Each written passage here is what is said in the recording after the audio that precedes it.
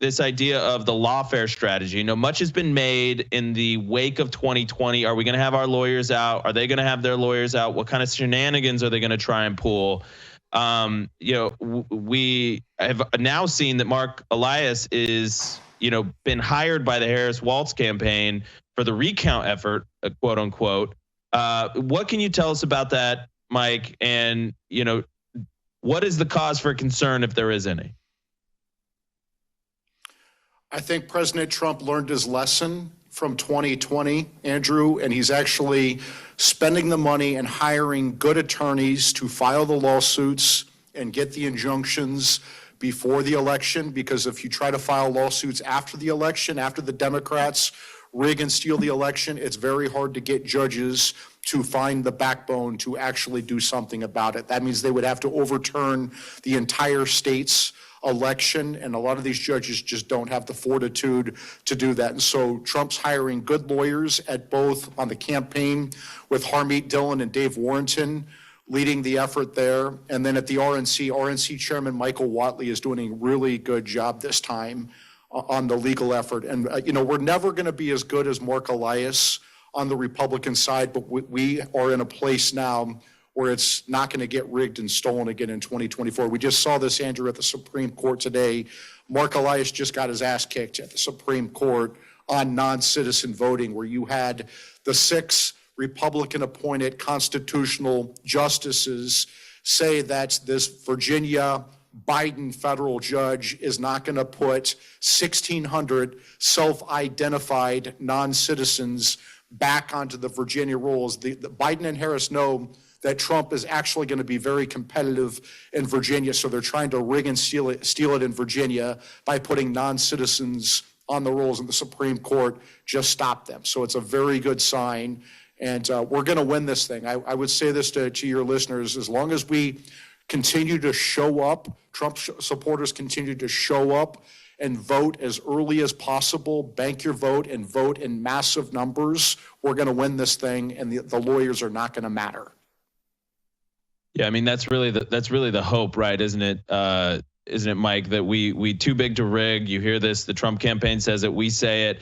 I think that's really right. And by the way, a lot of the Democrat firewalls that we've seen in the past with early voting are not there in the numbers that they need them to be, which means it's a modeling and a turnout issue at this point, right? So those firewalls, so Dems have a 380,000 vote firewall in Pennsylvania. They had a 1.1 million. They can still win this if we don't show up, right? So that's the key. It's like, don't take any of this predictions to the bank. We got to do the work. We got to show up. We got to turn out.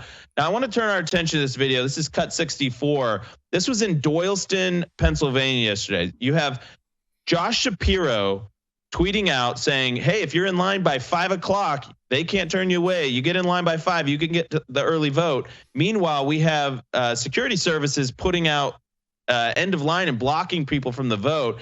I saw this because Michael Whatley tweeted out, so you already brought him up. So I think he's doing a great job in here. Let's go ahead and play cut 64. It's 2:41, and they are ending the line.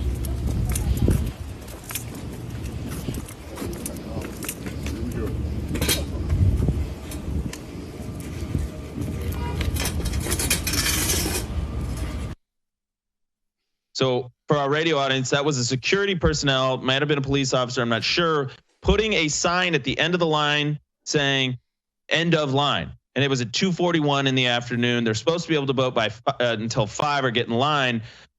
There's the RNC's filing suit there, are they not, Mike? That's what I've heard.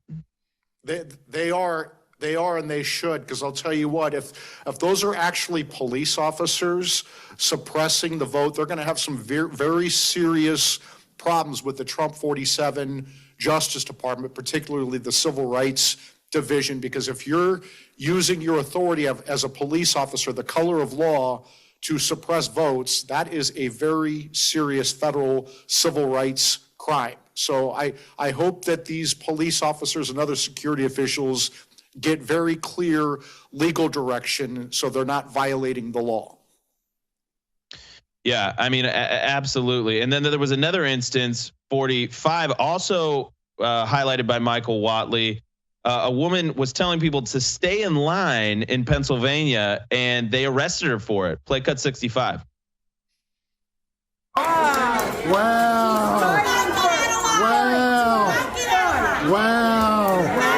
That's crazy. You locked her up? That is insane, man. She is not influencing people. She is not at all. All right, so this woman was basically saying you can stay in line until 5 o'clock. Don't let them turn you away. And I guess she gets arrested for what? Incitement or trying to influence voters? Mike, break it down for us.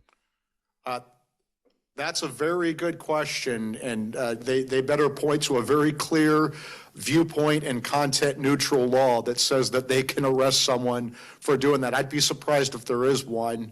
And that be separate from state laws, there's also the First Amendment. So that one's a head scratcher to me. They better have a very good explanation for arresting someone like that, because you're violating someone's civil rights if you don't. Maureen, I want to take it to you.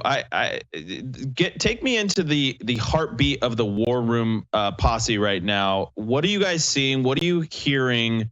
What is the drumbeat coming from Steve and the war room posse, such as yourself? Well, the whole message that he had while he was in Danbury and now is get out the vote. Everyone must get out the vote. And like we've seen in these clips, you need to stay in line. Don't let someone try and tell you that you can't vote. Your vote matters.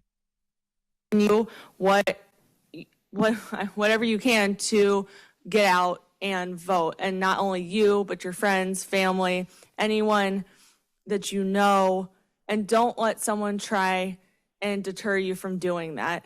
And I think that that's the message that we've been reiterating on the show, while my dad was away, now, and just that the left is going to try and push people from not casting their vote, and that's exactly what we don't need. And I think that, as my dad would say, action, action, action. Everyone needs to get involved in making sure that we all get out to vote to help secure a victory for Donald J. Trump on November 5th. Yeah, and I want to piggyback on what you're saying here. All of this conversation, especially in the last cycle, about do we trust our voting system, the integrity of the election? It's like, well, of course we have issues with a lot of things, but what you're hearing from this show, what you're hearing from Charlie, what you're hearing from Steve, what you're hearing from the president, Mike Davis, we have to do our part. We have to get out and vote. We're not using that as an excuse, any issues or concerns. We're saying all of that is motivation to fight harder, to lawyer up earlier, to attack these issues sooner. And so I hope everybody in the audience gets the memo. Like, this is not an excuse. None of these issues that we are highlighting is an excuse not to activate and get out and go vote. As a matter of fact, it's more motivation. We're trying to stay vigilant. We're trying to raise the alarm with issues as we see them, so we can put the fires out earlier and we can actually take action where we need to. Now, Mike, I want to pivot to this idea of what happens after the election. So Mark Elias is apparently hired for the recount, was some of the reporting I was seeing. Do you think there's a plausible situation here? If we swarm the polls, are they going to try? I mean, many of these states are going to keep counting for multiple days. There was a ruling in Nevada where they're going to be able to keep counting votes for like 3 days or 4 days afterwards. Are we going to have a battle on our hands to get this election certified?